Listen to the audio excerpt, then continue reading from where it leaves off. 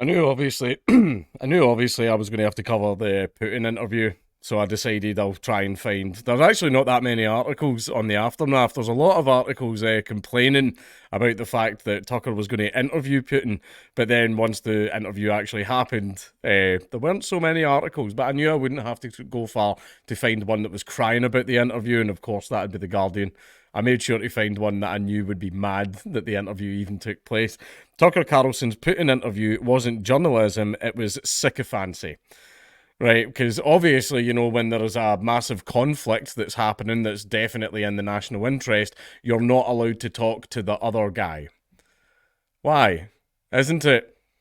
I want to hear both sides. I want to hear both sides of the argument. How can you arrive at a conclusion if you haven't heard both sides of the argument? Why aren't we allowed to talk to Putin? I think the fact that we're not allowed to talk to Putin, it kind of raises a few eyebrows. Really gets that noggin jogging and all that. But of course, they would be raging about it. The Russian president was waiting for the right stooge. With Carlson, he got just that. Of course, this is the Guardian. Of course, they're going to say stuff like that. The former Fox News host Tucker Carlson's much touted sit down with Vladimir Putin was many things. It was damaging to global democracy. Why? How? Giving ammunition to the craving congressional Republicans who want to do Putin's bidding by denying aid to Ukraine. That's not like, obviously Putin would love that, but it's mostly because can America stop acting like the world police for like 5 seconds? Can America stop sending the CIA in to destabilize countries and interfering with global politics all the time? Keep doing it, to be honest, because essentially the entire world has realized that America is just a giant meddler. That's all it does. Like, everyone's just trying to get on with stuff, and America's just going round poking holes in everybody's stuff and sending their CIA in there to mess up people's countries, which is why everyone's dropping the dollar, as was discussed in the interview. It was damaging to global democracy. Why? It wasn't. What, because he had a talk? Oh, God, that's swung an entire election, that's what it is. But what they mean is, this is very damaging to our democracy. Like, that's what they mean. Putin's bidding by denying aid to Ukraine. Also, yeah, still bull. It was boring, particularly given the Russian president's long discourse early in the 2-hour slog on his version of the history of the region. I enjoyed that part. I liked hearing the entire Russian Silmarillion. And I'll admit, I did see when they started talking about Vladislav and then he mentioned Olga. I was feeling like, Olga of Kiev, I know her. I know her. Yeah, I sat behind her in geography. Mind you, borders were very different back then. Somehow more protected than they are now. But yeah, I enjoyed that part. I liked it. And it was a priceless propaganda gift, helping Putin in every possible way with his messaging, internally in Russia and externally to the world about Ukraine. But this the thing is, I do kind of want to hear the reasons, because everybody, basically, the way that we were told in the press is Putin just woke up one morning and chose violence, and apparently he's going to march on all of Europe, and he's the next Hitler, and he's going to dominate all of Europe. But then he said in this interview, like, no. Like, that's not why. But and he said that the main reason that he got involved in the conflict was because of the coup, essentially, that happened in 2014. And I remember that there was a lot of horrible videos that came out of that. Like, protesters were just being gunned down, like, in the streets and everything. It was a full-on coup. And then, obviously, there was separatists in the east that recognised it for what it was and decided, well, we want to go back with Russia. We're not safe with this. And then military action was started against the separatists in the east. People in the east who identified as Russian and wanted to be part of Russia. So Putin decided, all right, okay then, and decided to march on in. Now, I avoid talking about the conflict because it's states doing state things, right? I don't really care about MIC Warhawk bullshit. Right, but I'm just saying, at least be truthful about it. But then the problem is this is a war, which means both sides are full of shit. they're gonna lie. Propaganda. That's the way it goes. So who do you believe? Don't know. So just don't get involved, since you have absolutely no idea who's talking shite. This started with Carlson's introductory video message recorded after the interview, urging his viewers on X, formerly Twitter, to see Putin above all as sincere. But here's what the interview was not. It was not journalism coming from The Guardian. Despite being a rare chance for a Western media figure to question the Russian leader. Even Carlson's question toward the end of the excruciatingly long session. Oh, did you have to sit and watch an interview for 2 hours? Jesus Christ. Come back to me. Like, imagine, what if it was a Return of the King extended edition? Would you have a nervous breakdown? I found it interesting. I was hoping there would be a lot more whistleblowing and all the stuff that the CIA is up to. I hoped there would be a lot more of that, but we only got like a tiny bit of that, which is a shame. About the imprisoned Wall Street Journal reporter Evan Gershkovich, which wasn't really a gesture of journalistic solidarity or a nod to democratic ideals about a free press. It wasn't really. Instead, it was decency theatre poorly performed, coming from the Guardian. Jesus Christ. Oh man, that's funny. No, he thought, like, I'm over here, there's a guy in prison. You're like, fuck it, mate, as well. Let's see if we can kill 2 birds with 1 stone. Like, it's something I would have done. Even if it was someone that I hated and was writing about stuff that I hate.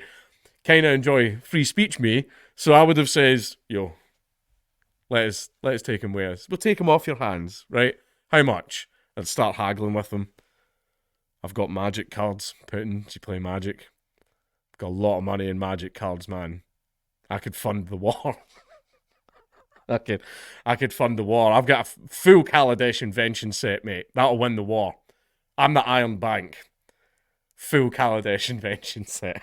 But basically, no, Tucker was just trying to be nice and get the guy out. But of course, anything nice that you do, leftists are going to twist into like the most awful interpretation that they can, because it's what they do. But bear in mind, they're bitching about propaganda when that's literally all they spout. All day, every day. Sucking up to Putin at every turn. I mean, not really. Carlson was trying to challenge him. It's just obviously Putin. Yeah, I think Putin was a little bit stronger than Tucker was anticipating. So, yeah. Carlson described Gershkovich, an accomplished and respected American reporter in his 30s, as a kid. And even, yeah, obviously, like, playing it down, like, he's just a kid. Come on, let him out, and all that stuff. Well, to be fair, like, bit dumb. I mean, it's bit dumb to do what he was doing in Russia.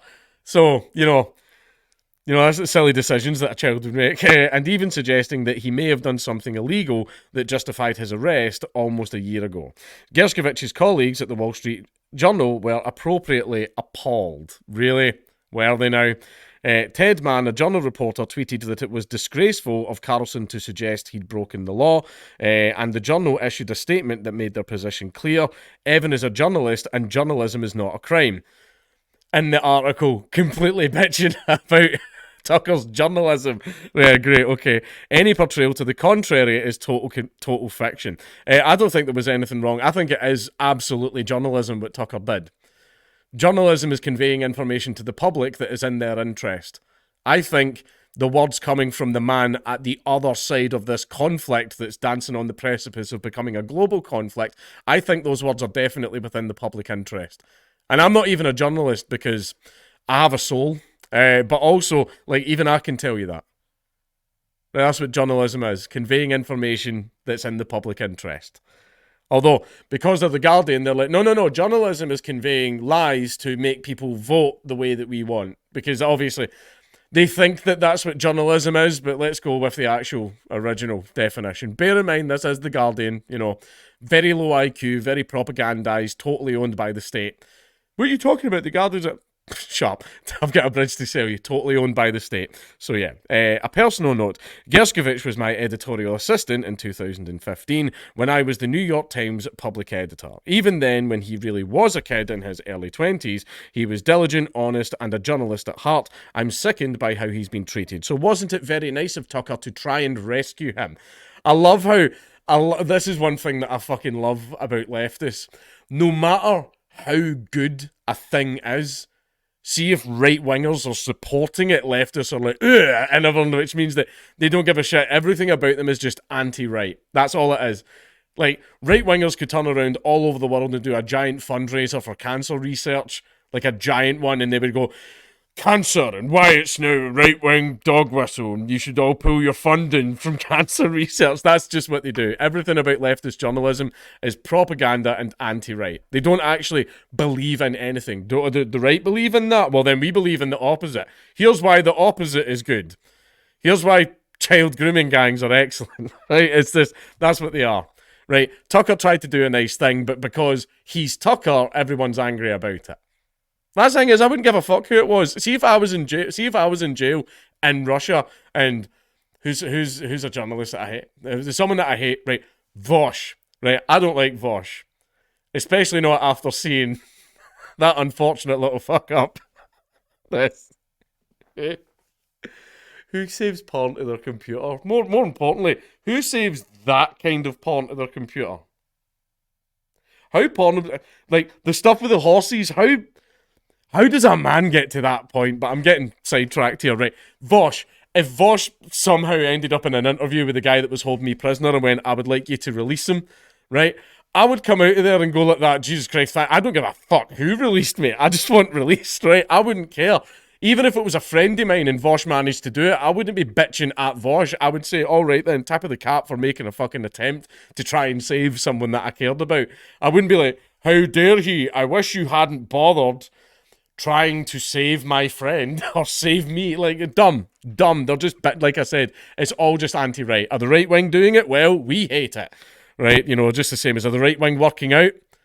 Well, what about all the disabled leftists, of which there are many, apparently. But yeah, I'm sure that Carlson would love to help bring Gershkovich home. As he suggested, think of the publicity, but Putin didn't bite. I love how they're backing up Putin now. He insisted that the journal reporter was caught red-handed when he was secretly getting confidential information. That sounds a lot like reporting, and there's no reason to think Gershkovich was a pipeline to the government. But Putin clearly wants a swap for Vadim Krasikov, an FSB assassin, serving a life sentence in Germany for killing a Georgian military officer in Berlin in 2019. Which he might get, because remember how I said like American hegemony is going out the window, which is why the Russians were able to exchange a fucking basketball player that hates America for the Merchant of Death, right? Like, they were able to make that exchange. So basically, a journalist for this fucking guy, yeah, the Russians might be able to pull it off. Maybe not because it's Germany. If he was being held in America, absolutely they could pull that off. Like, definitely they could. After all, state-approved assassins must be looked after. That's crucial messaging too, if you want that work to continue. Nor did Carlson say a word about Alsu Kurmasheva, an editor with Radio Free Europe / Radio Liberty, who has been in Russian custody since October. Russia claims she failed to register as a foreign agent, and of course, Carlson made no mention of the nearly 24 journalists who have been killed in Russia since Putin came to power, with little or no legal accountability for the perpetrators. Really? Now do Coach Red Pill. No, even Carlson's nod to journalism, it proved that he doesn't really care about anything but his own faded relevancy. By the way, I read the name of the person that wrote this article. I'm sorry, I have no idea who you are. And getting his career back on track. Tucker's doing pretty fucking well, to be honest. The sheer amount of people that watched that interview and now everybody's crying about it. It's great. Did the sit down with Putin serve that purpose? It certainly gave Carlson renewed visibility and ego gratification. So let's call that a win for the smarmiest guy in American media. Right, I get it now. You're really angry you didn't get the interview. That's what it is.